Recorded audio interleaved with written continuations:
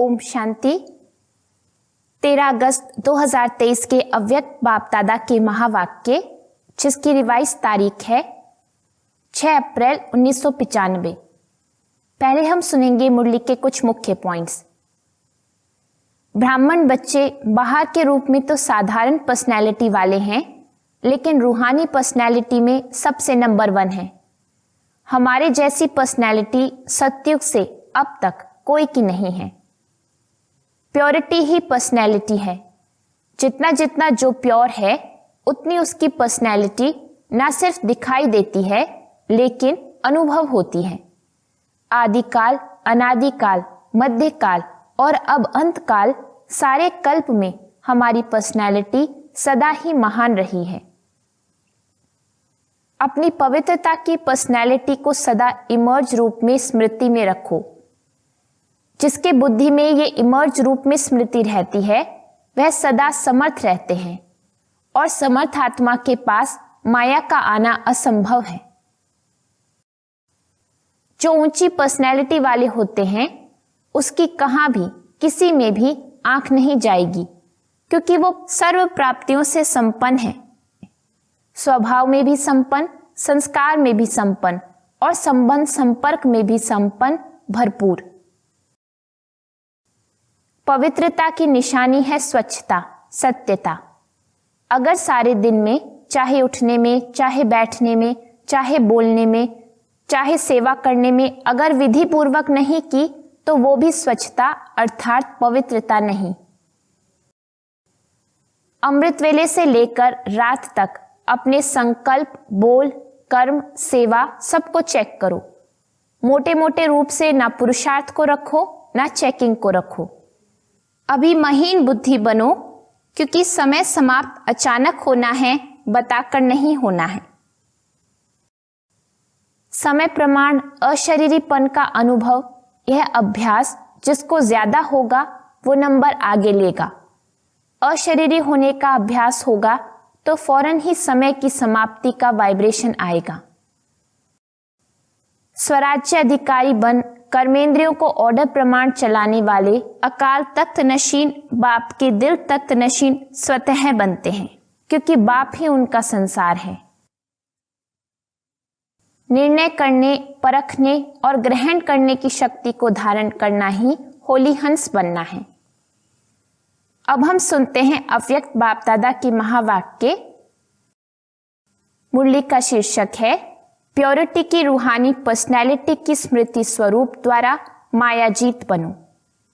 आज स्नेह के सागर बाप दादा चारों ओर के सर्व स्नेही बच्चों को देख रहे हैं। हर एक स्नेही बच्चों के मूरत में रूहानी पर्सनैलिटी की झलक देख रहे हैं। बाहर के रूप में तो साधारण पर्सनैलिटी वाले हैं, लेकिन रूहानी पर्सनैलिटी में सबसे नंबर 1 है। दुनिया में अनेक प्रकार की पर्सनैलिटीज गाई जाती हैं। शरीर की भी पर्सनैलिटी, कोई विशेषता की भी पर्सनैलिटी और कोई विशेष पोजीशन की भी पर्सनैलिटी। लेकिन आप सबके चेहरे पर चलन में कौन सी पर्सनैलिटी है? प्योरिटी की पर्सनैलिटी। प्योरिटी ही पर्सनैलिटी है। जितना जितना जो प्योर हैं, उतनी उनकी पर्सनैलिटी न सिर्फ दिखाई देती है, लेकिन अनुभव होती है। सभी अपने रूहानी पर्सनैलिटी को अनुभव करते हो। आप जैसी पर्सनैलिटी सतयुग से अब तक कोई की है? सारे कल्प में चक्कर लगाओ तो आप जैसी पर्सनैलिटी है? नहीं है ना? तो आपको अपने रूहानी पर्सनैलिटी का नशा है। अनादि काल में तो परम धाम में भी आप विशेष आत्माओं की पर्सनैलिटी सबसे ऊंची है। चाहे आत्माएं सब चमकती हुई ज्योति हैं, लेकिन आप रूहानी पर्सनैलिटी वाली आत्माओं की चमक अन्य सब आत्माओं से न्यारी और प्यारी है। अपने अनादि काल की पर्सनैलिटी को स्मृति में लाओ। आई स्मृति में?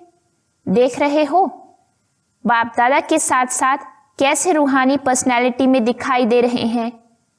अपने आप को देख सकते हो? तो चले जाओ अनादि काल में। कितने टाइम में जा सकते हो? जाने में कितना टाइम लगेगा?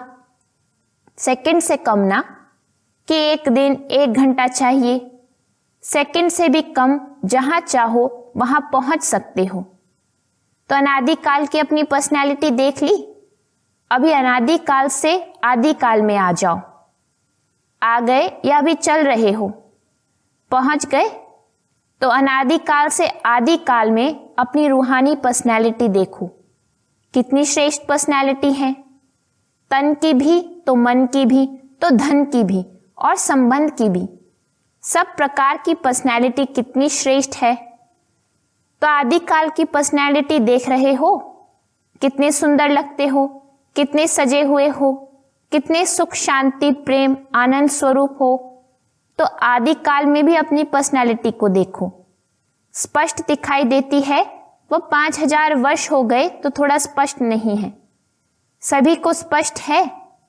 होशियार हो सभी। तो आदिकाल भी अपना देख लिया। अभी आओ मध्यकाल में। तो मध्यकाल में भी आपकी पर्सनैलिटी क्या रही? आपके जड़ चित्र कितने विधि पूर्वक पूजे और गाए जाते हैं। चाहे कितने भी धर्मात्मा महात्मा नेताएं पर्सनैलिटी वाले गाए जाते हैं, लेकिन आपके जड़ चित्रों की पर्सनैलिटी के आगे उनकी पर्सनैलिटी कुछ भी नहीं है। जैसे आप सबकी पूजा होती है, वैसे कोई महात्मा या नेता की धर्मात्मा की विधि पूर्वक पूजा होती है? कभी देखी है? आपके जड़ चित्रों जैसे श्रृंगार किसका होता है? तो मध्यकाल में भी आप आत्माओं की प्योरिटी की पर्सनैलिटी की विशेषता कितनी श्रेष्ठ है।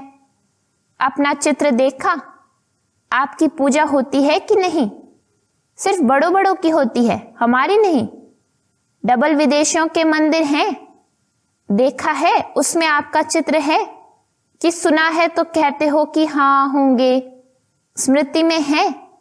तो मध्यकाल भी आपका अति श्रेष्ठ है। और अब लास्ट जन्म में जो मर्जीवा ब्राह्मण जन्म है, उसकी पर्सनैलिटी देखो कितनी बड़ी है। गायन कितना है। कोई भी श्रेष्ठ कार्य अब तक भी आपके नामधारी ब्राह्मण ही करते हैं। चाहे ब्राह्मण अभी ब्राह्मण रहे नहीं हैं, लेकिन नाम के तो ब्राह्मण है ना। आपके नाम से आपकी पर्सनैलिटी के कारण वो भी श्रेष्ठ गाए जाते हैं। तो ब्राह्मण जन्म की पर्सनैलिटी कितनी श्रेष्ठ है। आदिकाल अनादिकाल मध्यकाल और अब अंतकाल, सारे कल्प में आपकी पर्सनैलिटी सदा ही महान रही है। लौकिक पर्सनैलिटी वालों का अगर नाम भी आता है तो कोई विशेष बुक में उन्हों का नाम आता है, फलाने फलाने हैं। लेकिन आपका नाम किस में आता है? साधारण बुक में नहीं आता है, शास्त्रों में आता है। जो भी आदिकाल से शास्त्र बने उसमें किसके चरित्र हैं, किसका गायन है, किसकी कहानियां हैं। तो लौकिक पर्सनैलिटी वालों का गायन विशेष बुक में होता है और आपका गायन शास्त्रों में होता है। और शास्त्रों को कितना रिगार्ड देते हैं, बड़े विधि पूर्वक शास्त्र को संभालते हैं, उसको भी बड़े पूज्य के रूप में देखते हैं। जो सच्चे भक्त हैं वो शास्त्र को विधि पूर्वक रखते भी हैं और पढ़ते भी हैं, ऐसे रिवाजी किताबों के माफिक नहीं रखते। तो अपनी पवित्रता की पर्सनैलिटी को सदा ही इमर्ज रूप में स्मृति में रखो। जानते हैं या है तो हम ही, ऐसे मर्ज नहीं, स्मृति स्वरूप में रखो। जिसके बुद्धि में ये इमर्ज रूप में स्मृति रहती है, तो स्मृति ही समर्थी का आधार है। और जहां समर्थी है वहां माया आ सकती है। समर्थ आत्मा के पास माया का आना असंभव है। मेहनत करने की आवश्यकता ही नहीं है। माया का काम है आना, लेकिन आपका काम अभी समय प्रमाण भगाना नहीं है। माया आई और भगाया नहीं, आपका काम है सदा माया जीत रहना। तो माया जीत हो व माया को बार बार भगाने वाले हो। अभी भगाना पड़ता है, थोड़ा थोड़ा वो दर्शन देने के लिए आ जाती है, नहीं ना। डबल फॉरेनर्स ने माया को सदा के लिए भगा दिया या भगाते ही रहते हैं? क्या हाल है, माया सदा के लिए भाग गई? अभी नहीं आएगी ना कि थोड़ा थोड़ा आए, कोई हर्जा नहीं। फिर भी आधा कल्प की दोस्ती है, फ्रेंड है ना, उनको ऐसे ही छोड़ देंगे? आवे ही नहीं। सुनाया ना कि समय समाप्त होने के पहले बहुत काल का मायाजीत बनने का अभ्यास चाहिए। अंत में नहीं हो सकेगा। अगर अंत में मायाजीत बनने का पुरुषार्थ भी करेंगे तो क्या हाल होगा? बाप दादा तोते की कहानी सुनाते हैं ना कि तोते को कहा नलके पर नहीं बैठना, पर नलके पर बैठकर ही बोल रहा था। ऐसे ही अंत काल में अगर बहुत काल का अभ्यास नहीं होगा तो मन में सोचते रहेंगे मैं आत्मा हूं, मैं आत्मा हूं, लेकिन माया का प्रभाव भी होता रहेगा और कोशिश भी करेंगे मैं आत्मा हूं, मैं आत्मा हूं, लेकिन होगा ही नहीं। इसलिए क्या करना है? अभी से मायाजीत बनने का अभ्यास करो और उसका सहज साधन है अपने रूहानी पर्सनैलिटी को स्मृति स्वरूप में रखो। पर्सनैलिटी वाले की निशानी क्या होती है? जो ऊंची पर्सनैलिटी वाले होते हैं उसकी कहां भी किसी में भी आंख नहीं जाएगी। ये ऐसा है, ये ऐसा है, ये ऐसा करता, ये ऐसे करती, मैं क्यों नहीं करूं, मैं क्यों नहीं कर सकती हूं, कर सकता हूं। दूसरे के प्राप्ति में आंख नहीं जाएगी। क्यों? रूहानी पर्सनैलिटी वाला सर्व प्राप्तियों से संपन्न है, स्वभाव में भी संपन्न, संस्कार में भी संपन्न और संबंध संपर्क में भी संपन्न, भरपूर। वो कभी अपने प्राप्तियों के भंडार में कोई अप्राप्ति अनुभव ही नहीं करेगा। क्यों? रूहानी पर्सनैलिटी के कारण वो सदा ही मन से भरपूर होने के कारण संतुष्ट रहता है। आंख दूसरे की प्राप्ति में तब जाती है जब अपने में अप्राप्ति अनुभव करते हो। तो कोई अप्राप्ति है क्या? गीत क्या गाते हो? अप्राप्त नहीं कोई वस्तु ब्राह्मणों के खजाने में। ये गीत मुख से नहीं मन से गाते हो ना। जो गाते हैं वो हाथ उठाओ। अच्छा, डबल विदेशी भी गीत गाते हो। अच्छा, बाप दादा आज चारों ओर के बच्चों की प्योरिटी की पर्सनैलिटी चेक कर रहे थे। प्योरिटी की परिभाषा को भी अच्छी तरह से जानते हो। प्योरिटी सिर्फ ब्रह्मचर्य व्रत नहीं। ब्रह्मचर्य व्रत में तो आजकल के सर्कमस्टेंस अनुसार कई अज्ञानी भी रहते हैं, ज्ञान से नहीं लेकिन हालातों को देखकर। कई भक्त भी रहते हैं, वो कोई बड़ी बात नहीं है। लेकिन प्योरिटी को सारे दिन में चेक करो। पवित्रता की निशानी है स्वच्छता, सत्यता। अगर सारे दिन में, चाहे उठने में, चाहे बैठने में, चाहे बोलने में, चाहे सेवा करने में, चाहे स्थूल सेवा की व सूक्ष्म सेवा की, लेकिन अगर विधि पूर्वक नहीं की, विधि में भी अगर जरा सा अंतर रह गया तो वो भी स्वच्छता अर्थात पवित्रता नहीं।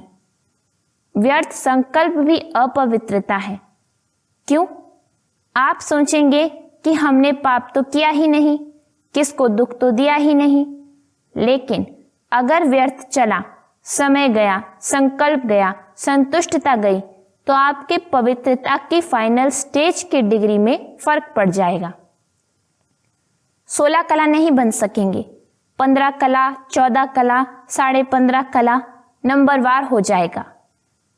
तो अपवित्रता सिर्फ किसको दुख देना या पाप कर्म करना नहीं है, लेकिन स्वयं में सत्यता, स्वच्छता विधि पूर्वक अगर अनुभव करते हो तो पवित्र हो।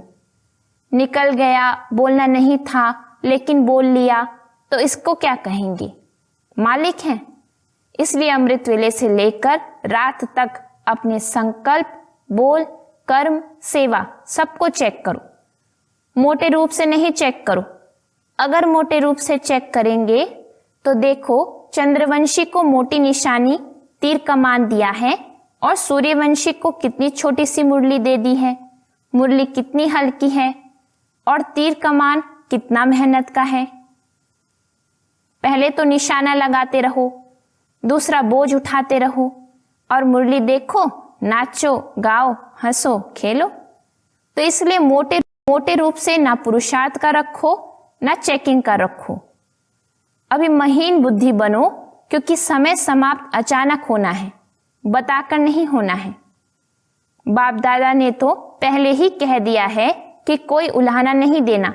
बाबा आपने बताया क्यों नहीं? बाप कभी भी टाइम कॉन्शियस नहीं बनाएगा। अभी पूरा डायमंड बनना है ना। ये वायदा किया है ना। डायमंड जुबली मनानी है या डायमंड बनना है?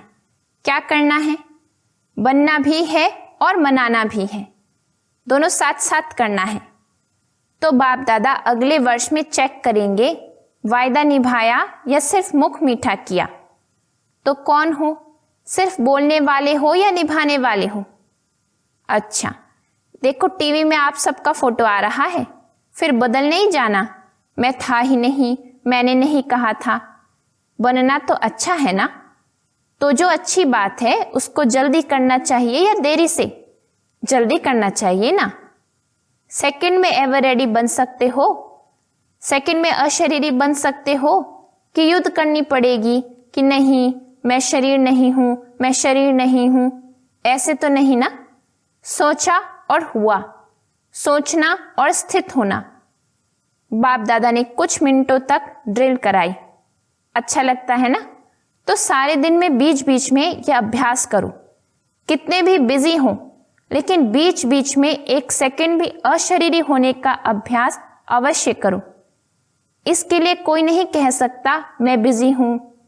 एक सेकंड निकालना ही है, अभ्यास करना ही है। अगर किसी से बातें भी कर रहे हो, किसके साथ कार्य कर रहे हो, तो उन्हों को भी एक सेकंड ये ड्रिल कराओ, क्योंकि समय प्रमाण ये अशरीरीपन का अनुभव, यह अभ्यास जिसको ज्यादा होगा वो नंबर आगे ले लेगा, क्योंकि सुनाया कि समय समाप्त अचानक होना है। अशरीरी होने का अभ्यास होगा तो फौरन ही समय की समाप्ति का वाइब्रेशन आएगा। इसलिए अभी से अभ्यास बढ़ाओ। ऐसे नहीं अगले साल में डायमंड जुबली है तो अब नहीं करना है, पीछे करना है। जितना बहुत काल ऐड करेंगे उतना राज्य भाग्य के प्राप्ति में भी नंबर आगे लेंगे। अगर बीच बीच में यह अभ्यास करेंगे तो स्वतः ही शक्तिशाली स्थिति सहज अनुभव करेंगे। ये छोटी छोटी बातों में जो पुरुषार्थ करना पड़ता है वो सब सहज समाप्त हो जाएगा। अच्छा, सभी खुश राजी हैं ही या पूछना पड़ेगा? माताएं खुश हो? बहुत अच्छा। देखो कहां कहां से मेले में पहुंच गए हो। अच्छा चांस मिला ना। नहीं तो डेट का इंतजार करते रहते हैं, हमारा नंबर कब आएगा, हमारा नंबर कब आएगा। अभी तो खुला निमंत्रण था ना। सब ठीक अच्छी तरह से रह रहे हो? बेहद अनुभव हो रहा है ना कि थोड़ी थोड़ी तकलीफ है? बुजुर्ग माताओं को तकलीफ नहीं हुई है? लाइन में लगो तभी खाना मिलेगा, लाइन में लगने में थकावट नहीं होती, मजा आता है। इतना बड़ा परिवार कब मिलेगा? तो परिवार को देखकर हर्षित होते हैं ना। भक्ति मार्ग के मेले से तो अच्छा मेला है ना। और 2 दिन बढ़ा दे कि बस का खर्चा होगा, घर नहीं याद आएगा, नौकरी नहीं याद आएगी। ये भी कुछ नवीनता होनी चाहिए ना। तो ये मेला भी एक नवीनता हुई, नवीनता का अनुभव कर लिया। अभी फिर पुरानी बातें थोड़ी होंगी, नई बातें होंगी ना। नई बात पसंद आती है या पुरानी? नई बात अच्छी लगती है ना। अच्छा, चारों ओर के सर्व रूहानी प्योरिटी की पर्सनैलिटी वाले विशेष आत्माओं को सदा आदि से अंत तक पर्सनैलिटी की झलक दिखाने वाली श्रेष्ठ आत्माएं, सदा पवित्रता, स्वच्छता, सत्यता के शक्ति से स्व को और विश्व को परिवर्तन करने वाले विश्व परिवर्तक आत्माएं, सदा निमित्त भाव से सेवाधारी बन प्रत्यक्ष फल अनुभव करने वाले अनुभवी आत्माओं को बाप दादा का याद प्यार और नमस्ते। रूहानी बच्चों की रूहानी बाप को नमस्ते। दादियों से, अच्छा रहा मेला, कोई तकलीफ तो नहीं हुई ना? सबके शुभ संकल्प और उमंग उत्साह के संकल्प से सफलता है ही है। यह संगठन का संकल्प ऐसा होता है जो असफलता को मिटा देता है। जैसे किला होता है ना, तो किला कमजोर तब होता है जब एक भी ईंट हिलती है, और सब ईंटें मजबूत हैं तो किला कभी हिल नहीं सकता, विजय है। तो ये भी संगठन से उमंग उत्साह और श्रेष्ठ संकल्प से सहयोग से सफलता हुई पड़ी है। अच्छा लगा और समय प्रति समय और अनुभव करते जाते हैं। पहले क्वेश्चन उठता था होगा, लेकिन जो सोचा उसमें सफलता है ही, तो सफलता मूर्त का वरदान संगठन की शक्ति को मिलता है। बाप दादा सदा गुड मॉर्निंग गुड नाइट करते हैं। अच्छा, डबल विदेशी उड़ रहे हैं ना, अच्छा है। ओम शांति। वरदान, स्वराज्य अधिकारी बन कर्मेंद्रियों को ऑर्डर प्रमाण चलाने वाले अकाल तख्त सुदिल तख्त नशीन भव। मैं अकाल तख्त नशीन आत्मा हूं, अर्थात स्वराज्य अधिकारी राजा हूं। जैसे राजा जब तख्त पर बैठता है तो सब कर्मचारी ऑर्डर प्रमाण चलते हैं, ऐसे तख्त नशीन बनने से यह कर्मेंद्रियां स्वतः ऑर्डर पर चलती हैं। जो अकाल तख्त नशीन रहते हैं उनके लिए बाप का दिल तख्त है ही, क्योंकि आत्मा समझने से बाप ही याद आता है। फिर ना देह है, ना देह के संबंध हैं, न पदार्थ हैं, एक बाप ही संसार है। इसलिए अकाल तख्त नशीन बाप के दिल तख्त नशीन स्वतः बनते हैं। स्लोगन, निर्णय करने, परखने और ग्रहण करने की शक्ति को धारण करना ही होली हंस बनना है। ओम शांति।